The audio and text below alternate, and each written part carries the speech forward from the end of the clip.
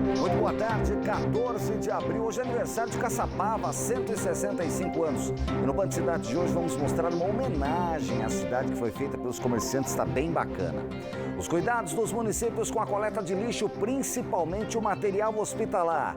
O Parque Tecnológico Joseense une forças para ajudar no combate à Covid-19. E começa hoje a votação do acordo entre a Embraer e os metalúrgicos de São José dos Campos. O Band Cidade começa agora. Uma cena se repetiu nesta terça-feira em várias cidades da região e do país. Filas nas agências da Caixa Econômica Federal.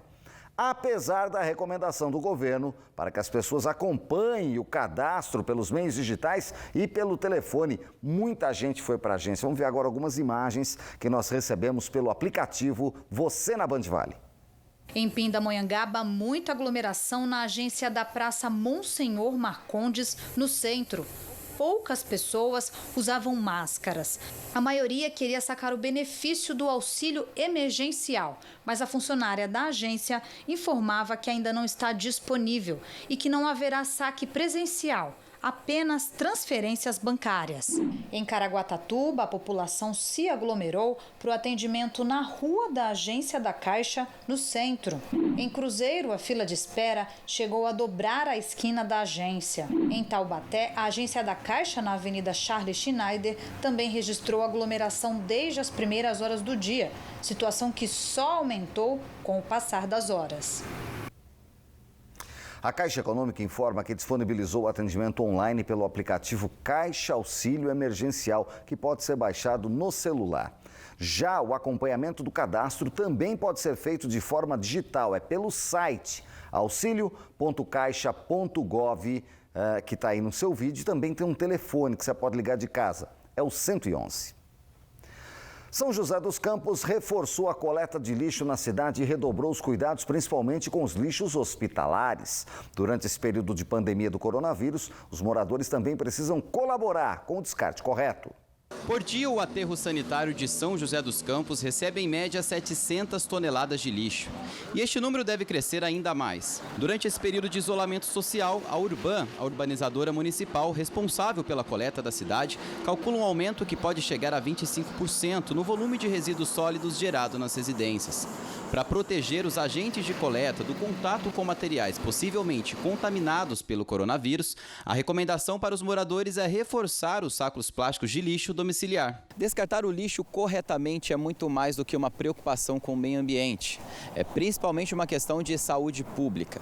Em tempos de pandemia, o uso de máscaras como essa, por exemplo, que é considerada lixo hospitalar, se tornou comum até mesmo dentro de casa. Mas será que está todo mundo sabendo fazer o descarte de forma correta desse material?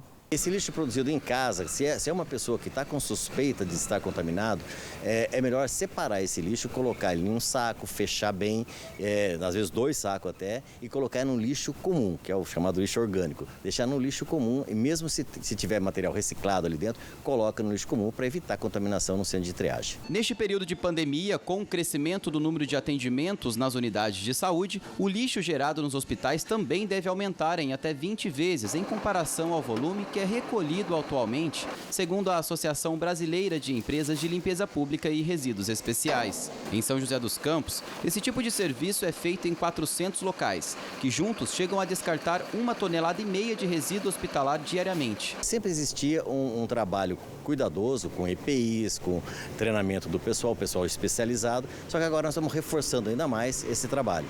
Reforçando não só no cuidado, no manejo do material infectante, assim como também a parte de desinfecção dos equipamentos que a gente usa, os carros, os veículos, a área que a gente realmente faz o transbordo aqui na estação de tratamento de São José dos Campos. Por Skype, nós conversamos com um especialista em imunologia. Ele aconselhou que todo lixo hospitalar deve ser descartado sempre em local apropriado e devidamente identificado. Tem uma coleta especial que é uma coleta só para lixo médico, lixo de clínica veterinária, clínica odontológica, e esses profissionais que fazem essa coleta especial, eles estão mais preparados ainda do que os outros que fazem uma coleta comum.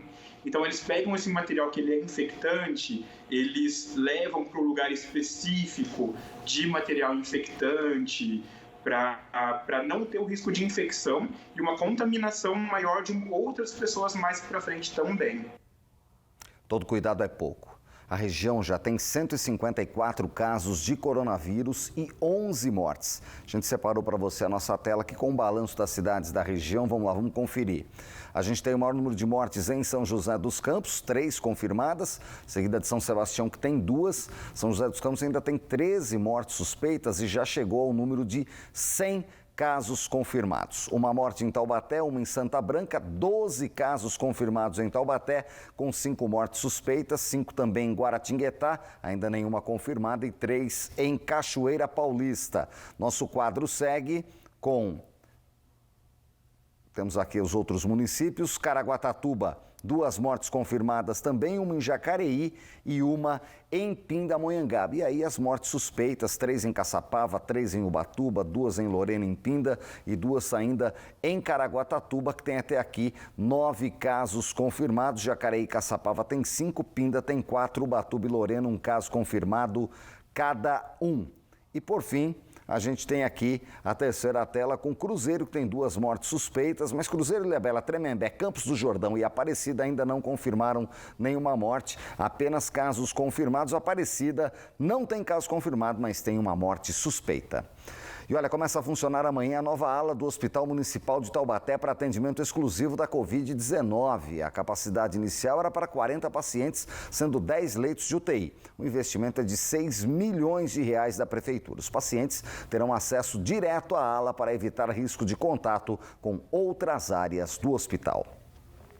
A higiene bucal é um cuidado diário e que, segundo especialistas, deve ser redobrada nessa época de coronavírus. Ao vivo eu converso com o cirurgião dentista Ivan José Moreira, que nos atende. Olá, doutor Ivan, obrigado pela atenção com o Band Cidade, boa tarde. É preciso tomar cuidado também com a higiene bucal. Pode transmitir coronavírus se não cuidar da boca? Boa tarde. Boa tarde a todos. Sem dúvida, a higiene oral, bem como a higiene geral do paciente, são de grande importância na prevenção da contaminação do coronavírus. A escovação só bem feita, ela é suficiente ou o uso daqueles líquidos antissépticos pode ajudar bastante nesse momento de pandemia? A higienização oral ela tem que ser de forma completa, assim como a escovação, o uso do fio dental e o uso dos enxaguantes bucais. Existem alguns enxaguantes com base no peróxido de hidrogênio que causam um processo de destruição desse vírus. Então, toda a higiene no seu contexto total ela é importante aí na prevenção da contaminação, da disseminação do novo coronavírus. E isso vale para todos aqueles que a gente encontra em supermercado, em farmácia, são vários, você encontra lá com flúor, tal, já é suficiente, já ajuda? Sim, todos os enxaguantes, eles já têm agentes que vão promover aí um quadro mais limpo aí na nossa cavidade oral, né? Alguns bochechos que apresentam peróxido de hidrogênio, eles têm um potencial maior de estar causando a destruição do coronavírus. Agora, as crianças também devem redobrar a atenção nesse momento. Tem muita criança que ainda não usa fio dental, é hora do pai e da mãe ensinar, aproveitar o tempo em casa. Isso pode ajudar, doutor? Sem dúvida, o cuidado com a higiene oral e com a higiene geral do paciente, ele é válido tanto para a criança quanto para o adulto e principalmente para o idoso, que muitas vezes já se enquadra num grupo de risco para a contaminação do coronavírus. Falando em idosos, doutor, muita gente já tem próteses móveis, né, alguns próteses fixas, ou seja, a dentadura, né, muita gente tira. A higienização nesse momento é hora de ser redobrada? Quais as dicas para quem tem esse tipo de problema? Sem dúvida, a higienização das próteses segue o mesmo protocolo, né? Muito pelo fato de até o paciente não estar podendo estar sendo atendido num caráter de procedimento eletivo. Então, é importante manter essas próteses bem higienizadas para que se evite um atendimento no consultório odontológico de forma desnecessária por algum dano nessa prótese. Aproveitando a sua presença, doutor Ivan José Moreira, que é cirurgião dentista, é hora de procurar um dentista, de repente, para ações eletivas, ou só é hora de ir em caso de emergência, ou quem está fazendo um tratamento? O que falar para o pessoal que está em casa, já que não pode parar muita coisa, não é mesmo?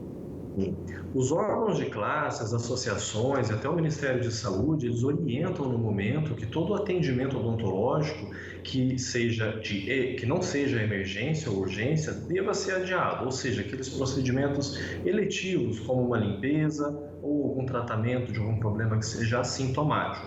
Hoje deve-se concentrar o atendimento somente nos casos que são emergência, que são aqueles que envolvem o risco de vida do paciente, como, por exemplo, uma infecção ou até uma fratura dos ossos da face, ou casos de urgência, que são aqueles que não caracterizam o risco de vida do paciente, porém não são procedimentos que podem ser adiáveis. Então, orienta-se atualmente que somente procedimentos de emergência e urgência sejam feitos no consultório odontológico. Até porque ninguém merece dor de dente. Se tiver dor, tem que procurar o dentista, tem que procurar a emergência. Queria agradecer ao doutor Ivan José Moreira, cirurgião dentista, que gentilmente nos esclareceu informações importantes. Boa tarde e até uma próxima. Eu que agradeço. Boa tarde. Agora imagens ao vivo da Via Dutra, trecho de Aparecida, terça-feira, com máxima de 27 graus no Médio Vale do Paraíba. Vamos ao intervalo, voltamos já, 12h53.